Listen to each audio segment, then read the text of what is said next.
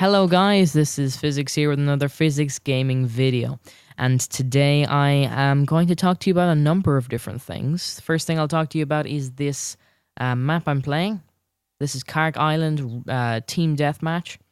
You know, I haven't really been playing too much Team Deathmatch Kark Island recently. So I decided, you know what, I might as well go back playing the G3A3 with holographic sights here. And later on I actually changed I put on a heavy barrel on this weapon. I love the G3A3. It doesn't have a low rate of fire, but it is a hell of a powerful weapon, if I can say that. I mean, it's an extremely, extremely powerful weapon. Really, really effective for long range, and it doesn't have bad hip fire either, as long as you know how to use it. Of course, the heavy barrel will affect its hip fire dramatically. But the G3A3 is a really amazing weapon. And, you know, stick a holographic sight on this rather than a red dot, reflex, or Cobra, because it has a little bit more magnification, and which makes this weapon a little bit more effective long range, which is really what this gun is made for. So I had a great time playing this map. There was a few good players on here. On the opposing team that I killed a few times, they killed me a few more. I believe they're from a clan, so they were very good. So I tried to get them, but they're better than me. You know, really, this is kind of a more casual gaming channel. You probably wouldn't watch it just to see the gameplay, because it's not the most amazing gameplay in the world. But, you know, I do give opinions on certain things. I don't just show you the gameplay. I'll talk to you about different things in Battlefield 3. And my knowledge about Battlefield 3 is definitely a bit more extensive than my actual gameplay. I'm not the best at that. Alright, so first thing I want to talk to you about is I am getting a new computer. That is right. The computer I'm using currently, I have had for about 2 years. It was the first PC build, so I wasn't too experienced in what I should get. So I didn't really get a system that was future-proof. I didn't really think about it. All I thought about was what I needed at the time. And so it would cost me a lot of money to simply upgrade my current PC. So I decided, you know, I might as well build a second PC. This means I have I have one really, really good PC and two PCs that I can actually, you know, do a lot of work on. This PC is not like extremely, it's not extremely slow. I can do Premiere Pro, I can do Battlefield 3, I can do what I need, but just not fast enough. And I also am doing stuff for my podcasting network, Talks About Tech. I'm going HD on Talks About Tech, so I need a much more powerful machine to do that. So, what am I upgrading to? Well, I'll talk to you about my current PC. I've got an AMD system, which I was happy with, but I kind of got a processor that wasn't a very high-end processor, AMD processor at the time. I got an Athlon 2 X4640, which was the lower-end quad-core processors that you could get. So it wasn't exactly the best processor I could have chosen, but it was very cost-effective at the time. So it's not the best processor, and it's kind of one of the biggest drawbacks to my computer. I have a GTX 550 Ti. This is probably the best part of my computer, and it's kind of a mid-range to lower-end card. But it does run Battlefield 3 decently. And that's kind of what I needed. I didn't need a overkill NVIDIA GeForce GTX 680 or 480. I didn't need a beastie graphics card. I just needed something that did the job for me. And that's really what, this is what I'm going to go with this build also. So, my new build will be a Core i7-3770. Now, I was looking at the 3770K, but I don't really want to overclock, so I'll just stick with the 3770. I'm not really into the whole overclocking thing.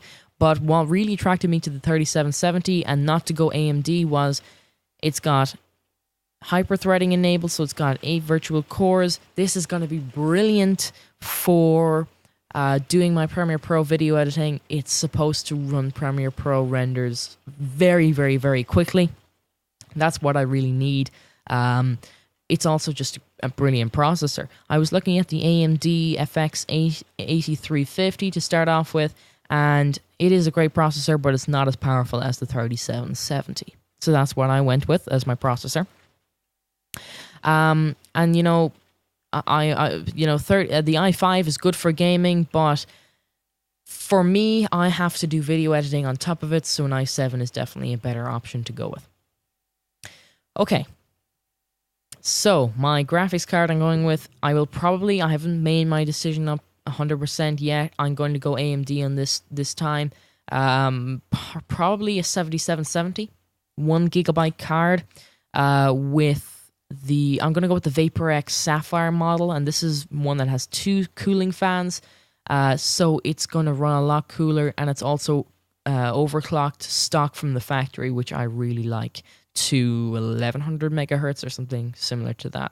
So it's it's overclocked quite powerfully, but it's not exactly the best architecture from a graphics card. It's also quite a low end. It's a little bit more powerful than the GTX 550 Ti, and it's also a newer card, which is going to be good drivers wise and things like that. But what I really plan on doing is running 2 of these in Crossfire X. But for the moment, all I can afford is 1, and that will do the job. It'll run Battlefield 3, it'll do my renders and everything I need, and then once I save up a little bit more into the future, I can get a second one and run Crossfire X. Then I will have a very powerful machine. Right, that is my new machine. It's going to be a very powerful computer for what, on my terms anyway, it's going to be immensely more powerful than the computer I have at the moment. Okay, moving on to the second thing I want to talk to you about. And this is the new map pack that DICE have come out with. So, this map pack is called Aftermath. And so far from what I've seen, I don't have Battlefield 3 Premium. And this is something that people might be saying, okay, this guy's a gamer, a Battlefield 3 gamer, and he doesn't have Premium. Well, I'm actually new to the Battlefield 3 PC gaming community.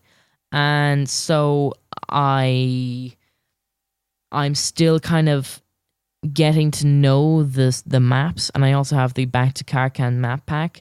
I haven't really messed around with those. I was a Battlefield 2 gamer back in the day, so I remember those maps. I was expecting them to be exactly the same. They have changed around a lot of things from Battlefield 2, I think. I don't know if it's just the position of where I am on the maps, but it just doesn't look all that familiar to me, even though I played Battlefield 2. But anyway... So I do have that map pack to keep me busy for the moment, and I really just want to get to know the maps really well before I go on to Premium. Also, my priority at the moment is getting my new PC up and running. So in the future, down the line, yes, Premium, but for the moment, maybe not. So I haven't got to experience Aftermath. However, I have tried out, as you saw in this video earlier on, the X-Bow crossbow, and I want to talk to you a bit about that later on. Okay, so in the Aftermath, I really like these maps. I have been a Call of Duty Modern Warfare, the first game. I have been a huge fan of that, and I really liked a lot of the maps that were on that. And these Aftermath maps remind me of Modern Warfare, especially the Crossfire map, if you're a big fan of Call of Duty 4. So, I really love these maps so far, and what people have been saying is all good so far. I mean, there's been nothing bad about the maps, which is much better than the previous map pack. So everything's good. Everything's good so far. So now I'm going to talk to you about the patch that was released along with the map pack. DICE, of course, released their patches along with the map packs. So, the first thing that they did was they addressed a lot of bugs that were in the game itself. They fixed, stuff on the PS3, and then they came to weapons balancing. They did some stuff in weapons balancing here again. They made some changes to the M416, and this was something that a lot of people have been talking about. They changed the horizontal recoil. They increased it slightly, and they also increased the recoil on the first shot. And this is going to make it a lot harder to choose between the M416 and the M16A3. Reason being is because the M416, my thinking of it was, if I was going on a map that was a little bit more towards the long range side of things, I would go with the M416. If I was going on a map that was a little bit more towards the close quarters, like No Sir Canals or something like that, then, I would have gone with the M16A3. But now it's getting a lot more difficult because this horizontal recoil increase is going to make the M416 a little bit more a little bit less effective in long range situations. So this is definitely making the M16A3 and M416 a lot more comparable. However, the M416's recoil is still barely anything, and it's definitely a great weapon for beginners, especially if you're coming from the Call of Duty world where recoil is so non-existent. This weapon is definitely a good choice. They made changes to the L85A2. They slightly reduced the horizontal recoil. This is going to make it a lot more effective weapon because the downsides to the L85A2 in the past were its long reload time and it had a lot of horizontal recoil, which made it kind of not very effective in long range situations. So this is definitely going to make it a lot more effective in those situations. They've made changes to the AUG. They slightly decreased the recoil on the first shot to make it a little bit more controllable. The AUG is already a great weapon, so they didn't really have to make a change to the AUG. They also made changes to the FAMAS. I'm sure everybody's going to be glad to see some changes to the FAMAS because, they made a significant change a while back. It used to be a brilliant weapon, and then they increased the recoil significantly. And, I've been trying to use it. It is an extremely difficult weapon to use because, it might have high recoil, might have similar recoil to the L or to the Type 88, but the Type 88 is a lot more manageable because it has a slower rate of fire. So the FAMAS is a lot harder to control because of its higher rate of fire. I mean, it's the highest rate of fire weapon in the game. They made changes to the G53. This is an engineered carbine weapon. They decreased the vertical recoil, which is always good. The QBZ 95B, they decreased the horizontal recoil there. They made changes to the LSAT and the Type 88. The LSAT and the Type 88 are both machine guns, light machine guns, and they increased the hip accuracy on the LSAT, and they also decreased the recoil on the Type 88. The recoil is quite high on the Type 88, but it never really annoyed me because it was so manageable because of the rate of fire. I actually really like the Type 88. It just took a little while longer to kill people. But they're trying to make it a bit more of a viable option when compared to the M249. Still, I would rather go with the M249, however. The M5K, they made some changes to that. That was an absolute beast at hip firing in the previous patch. They increased the horizontal recoil, decreased the vertical recoil. This is going to focus the weapon as a high damage, low control weapon. Yeah, it's going to definitely decrease the controllability of the weapon. I mean, it's definitely extremely high powered and extremely fast firing, which is great for close quarters situation, but it's more of spray and pray type weapon rather than a weapon that's going to be precision picking off targets. It's going to be a group of 20 people that you take out in one mag. So it's not exactly going to be the most accurate weapon in the game. All right, so they made changes to the UMP-45. They made significant changes in the past patch as well by making it great at hipfire, but they took away a lot of the power that the UMP-45 had. What they've done here is they have decreased the rate of fire, and this is something that was kind of a disadvantage of the UMP in the past, was its low rate of fire. Now they've made it even lower. Why? Because they wanted to differentiate it from the PP-2000. I must admit the PP-2000 was a very, very similar weapon, but maybe make it a bit better than the PP-2000. They made changes to the MP-412 Rex, that is. They increased its accuracy to better distinguish it from the Magnum. That's always good. The Magnum and the Rex, they are similar weapons. They do similar damage. Rex is a little bit less powerful. A little bit worse hipfire. I think they should have, increased its hipfire accuracy to distinguish it from the Magnum a little bit better, and decreased the Magnum's hipfire accuracy slightly. I'm using the Magnum at the moment, and it's kind of an unpredictable weapon. Sometimes it's going to be your friend, sometimes it's going to be your enemy. What I mean by that is, sometimes you're going to get loads of kills and it's going to deliver and kill everybody in one shot. Whereas other times, you might be shooting it because of its such low rate of fire, you can't shoot it off multiple times very quickly, and you end up dying. So it depends with the Magnum. Whereas the Rex is a lot more dependable.